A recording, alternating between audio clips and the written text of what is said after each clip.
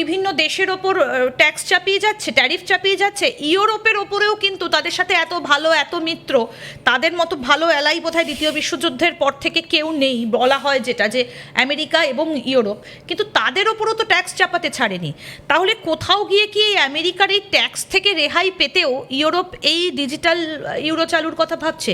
ভারতও কি তাহলে এবার আমেরিকাকে সরাতে ব্রিক্স কারেন্সির দিকে আরও বেশি করে ঝুঁকবে? সেটা কি তাহলে যাবে? একটা ছোটো গল্প বলি। হ্যাঁ, একটা লোক একটা অজগর সাপ পুষতো, বুঝলেন তো? অজগর সাপটাকে খুব ভালোবাসতো, করতো। অজগর সাপটা বড় হয়ে গেল, ছোটো থেকে পুষতো, বড় হলো, বড় হতে ও তাকে ওর বেস্ট ফ্রেন্ড মানতো। তারপর হঠাৎ করে দেখলো অজগর সাপটা খাওয়া দাওয়া বন্ধ করে দিল, 2 দিন 4 দিন 5 দিন ধরে খাওয়া দাওয়া বন্ধ করে দিল। তো ওর লোকটার খুব মনটা খারাপ ছিল, তো একটা ভেটের কাছে গেল, ডাক্তারের কাছে গিয়ে বললো, পশুদের ডাক্তারের কাছে গিয়ে বললো, জানিস আমার একটা অজগর সাপকে পুষেছি, ছোটো থেকে বড় করেছি, আজকের ডেটে দাঁড়িয়ে ও আমার পাশেই শোয়, কিন্তু খাওয়া দাওয়াটা একদম ছেড়ে দিয়েছে। হ্যাঁ, তখন ওই ভেট বললে ইমিডিয়েটলি ও থেকে নিজেকে দূরে কর। বলছে কেন? বলছি যে খাওয়া দাওয়াটা ছেড়ে দিয়েছে, ও নিজের পাকস্থলীতে জায়গা তৈরি করছে তোকে খাওয়ার জন্য। সুতরাং অজগর সাপের এই বন্ধুত্বটা আপনার কতটা নিজের দিকে যাবে আর কতটা আপনার নিজের বিপরীতে যাবে সেটা তো সময় বলবে। কিন্তু একটা কথা জেনে রাখা ভালো, অজগর সাপের সাথে বেশি বন্ধুত্ব চলে না। হ্যাঁ, হতে পারে আপনি একটা অজগর সাপকে নিয়ে একটু, তাহলে ভারতের সঙ্গে এখন ডোনাল্ড ট্রাম্পের বন্ধুত্বটা কোন পর্যায়ে আছে? অজগর সাপকে নিয়ে আপনি সোশ্যাল মিডিয়া ছবি লাগালেন, দেখবেন আপনাকে সবাই বীর পুরুষ বলবে। অজগর সাপ আপনাকে বলবেন আপনি দুরন্ত শিকারী, ধরুন বললো ইউ আর এ কিলার, এই ধরনের স্টেটমেন্ট করলো, তাহলে আপনি একটা ব্যাপক ব্যাপার। মাথায় রাখবেন একটা কথা, যত যাই হোক সাপ সাপই। মানে এটা কি ডোনাল্ড ট্রাম্পকে বলছে? আমি কাউকে বলিনি, আমি একটা গল্প বলছি, আমি গল্পটারই কন্টিনিউশনে আছি। এবার যার যা বোঝার, যার যা ভাবার ভাবতে পারে, এটা দেয়া মানে কি ইউরোপ সভারেনিটি, আমি কারো সভারেনিটিতে। তাহলে কি ইউরোপ এটা বুঝতে পেরে গেছে যে দূরত্বটা বজায় রাখাটা উচিত? রিয়েলাইজেশনটা আসবে সময়ের সাথে।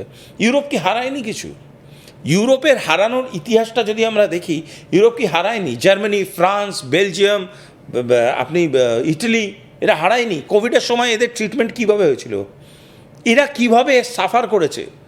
এরা বিভিন্ন রকম ট্রেড রুট কিভাবে এদের আটকে গেছে? G7 G20টা কি কারোর বাড়ির বাগানে হওয়া প্রতিযোগিতা নাকি, যে আপনি ঠিক করে দিচ্ছেন কে ফার্স্ট, কে সেকেন্ড, কে ফোর্থ? এরকম তো নয়।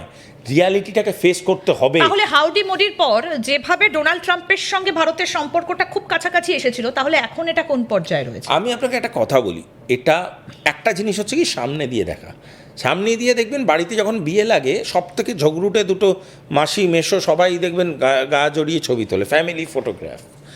তো ফ্যামিলি ফটোগ্রাফ ভালো মানেই ফ্যামিলি ভালো ভালো, সেরম কনক্লুশন ড্র করার কোনো জায়গা নেই। একটা কথা বলি, আজকের ডেটে ভারতবর্ষ 1980 সালে বেঁচে নেই।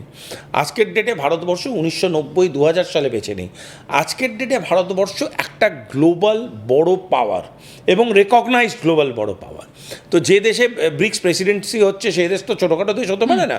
তো পয়েন্টটা হচ্ছে সেই দেশকে আজকে সাথে নিয়ে চলতে হবে। এবং আমি আজকে আপনাদের চ্যানেলে একটা স্টেটমেন্ট করছি, এই স্টেটমেন্টটা আমি ইচ্ছাকৃত করছি। সেটা হচ্ছে ভারতবর্ষের কাছে একসময় আমেরিকার রিকোয়ারমেন্ট ছিল, আজকের ডেটে ভারতবর্ষের কাছে আমেরিকা যেমন রিকোয়ারমেন্ট আছে, তেমনই আমেরিকার কাছে ভারতবর্ষ কিন্তু একটা বিরাট রিকোয়ারমেন্ট। এবং গ্লোবালি আমেরিকা যত না গ্লোবালি বাকি দেশগুলোর কাছে বড় রিকোয়ারমেন্ট, তার থেকে অনেক বেশি ভারতবর্ষ বাকি দেশগুলোর কাছে রিকোয়ারমেন্ট। বিকজ আবারও আমি বলছি, আমি যদি কোনো মানুষকে নিয়ে সাথে চলতে চাই, সব থেকে আগে জানতে হবে যে আমার আশেপাশের লোকরা কি ভাবলো না ভাবলো পরের কথা, আমি কি তাকে নিয়ে চলতে পারবো, আমি কি তার সাথে কমফর্টেবল কি না। India is a comfortable country to be an ally. ইন্ডিয়ার সাথে এগিয়ে যেতে গেলে অ্যাজ অ্যান অ্যালাই কমফর্টেবলি এগোনো যাবে, কারণ ইন্ডিয়া দুমুখো সাপ নয়।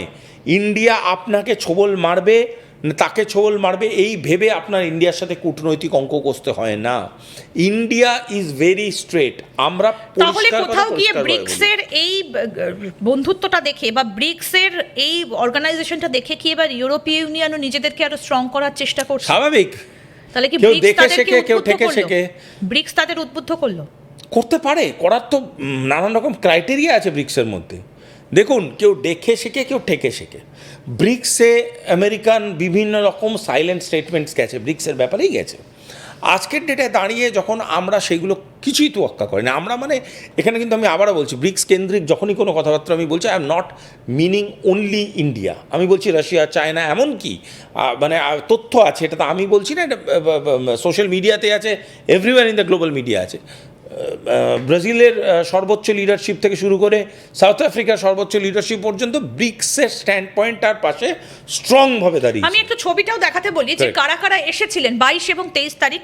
প্রোডাকশন টিমকে বলবো সেই ছবিগুলো একবার দেখাতে। তো ব্রিক্সের পাশে দাঁড়িয়েছিল। আজকে এই সব কটা মানুষ কিন্তু নিজেদের স্ট্যান্ডটা প্রপার রেখেছে, তারা কিন্তু সঠিকভাবে বলেছে যে দেখুন, আমরা আমাদের মতো করে গোটা জিনিসটাকে ক্রাফট করব, আপনারা আপনাদের মতো করে আমাদের পাশে থাকবে। শুধু তাই নয়, ব্রিক্সের আরেকটা অ্যাঙ্গেল কিন্তু খুব সাংঘাতিক ইম্পর্ট্যান্ট হতে চলেছে, সেই অ্যাঙ্গেলটা হচ্ছে জিসিসি। আরেকটা অ্যাঙ্গেল ব্রিক্সের বিরাট কঠিন হতে চলেছে, সেটা হচ্ছে জিসিসি, ইরান এবং বাকি ব্রিক্সের দেশগুলোর কম্বিনেশন। দেখুন, ব্রিক্সের মাদার নেশনসগুলোকে আমি যদি কনসাল্ট করি, তাহলে মাদার নেশনসগুলো ব্রিক্সের ঠিক আছে, it can be consulted, but তার থেকে অনেকটা এগিয়ে আপনি যদি ভাবেন, তাহলে দেখবেন কিন্তু এই যে বিভিন্ন রকম দেশকে আমরা দেখতে পাচ্ছি, এর মধ্যে জিসিসি পাওয়ারফুল দেশ আছে, এর মধ্যে ইরান আছে, যার নিজস্ব ভিউ পয়েন্ট থাকতে পারে রিগার্ডিং সিকিউরিটি কম্বিনেশন। সুতরাং যতটা প্রেসের কাছে এসছে আমরা তো ততটাই জানতে পারবো, ভিতরে কি ইন্টারনাল ডিসকাশন হয়েছে উই ক্যানট নো, কিন্তু যতটা ইঙ্গিত পাওয়া যাচ্ছে সেটা হচ্ছে একটা global economic and a global security alternative. এই দুটো পয়েন্টটার ভীষণ important. Cyber security, national security hub, national security syndicate, এবং আরেকটা জিনিস যেটা খুব ইম্পর্টেন্ট, টেরারিজম কাউন্টার করার জন্যে, আমার মনে হয় আমি কোনো একটা মিডিয়ায় দেখলাম, টেরারিজম কাউন্টার করার জন্যে counter terrorism bridging, information bridging, মানে আমি সৌদি থেকে একটা ইনফরমেশন, আমি এই যে ইনফরমেশন ব্রিজিং এর কথা আপনি বলছেন, অপারেশন সিন্দুরে পাকিস্তান কি করেছিল এটা তো গোটা বিশ্বই জানে, কারোর কাছে কোনো অমূলক নয়। তখন একটা অভিযোগ উঠেছিল যে চীন স্যাটেলাইট ইমেজ পাকিস্তানকে দিয়ে দিচ্ছে, কিন্তু এবার তো চীন পুরো স্যাটেলাইটটাই দিয়ে দিচ্ছে, এবং যে উপগ্রহগুলো পাকিস্তান পাঠাচ্ছে সেগুলো তো ভারতের উপর নজরদারি চালাচ্ছে।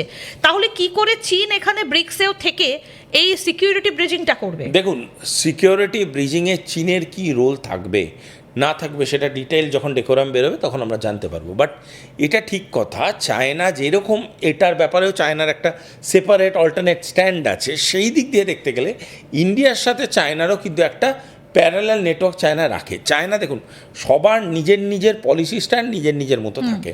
ভারতের পলিসি স্ট্যান্ড যেমন ব্যালেন্স, চায়নার পলিসি স্ট্যান্ড কিন্তু সব জায়গাকে ইকুয়ালি ট্রিট করা নয়, তাদের যেখানে যেখানে ইকোনমিক একটা ইন্টারেস্ট আছে সেই জায়গাগুলোকে গুরুত্ব দেওয়া। পাকিস্তানে চায়নার ইকোনমিক ইন্টারেস্ট আছে, এবং চায়না কিন্তু পাকিস্তানের ব্যাপারে যথেষ্ট ইনসিকিওর আফটার অপারেশন সিন্দুর।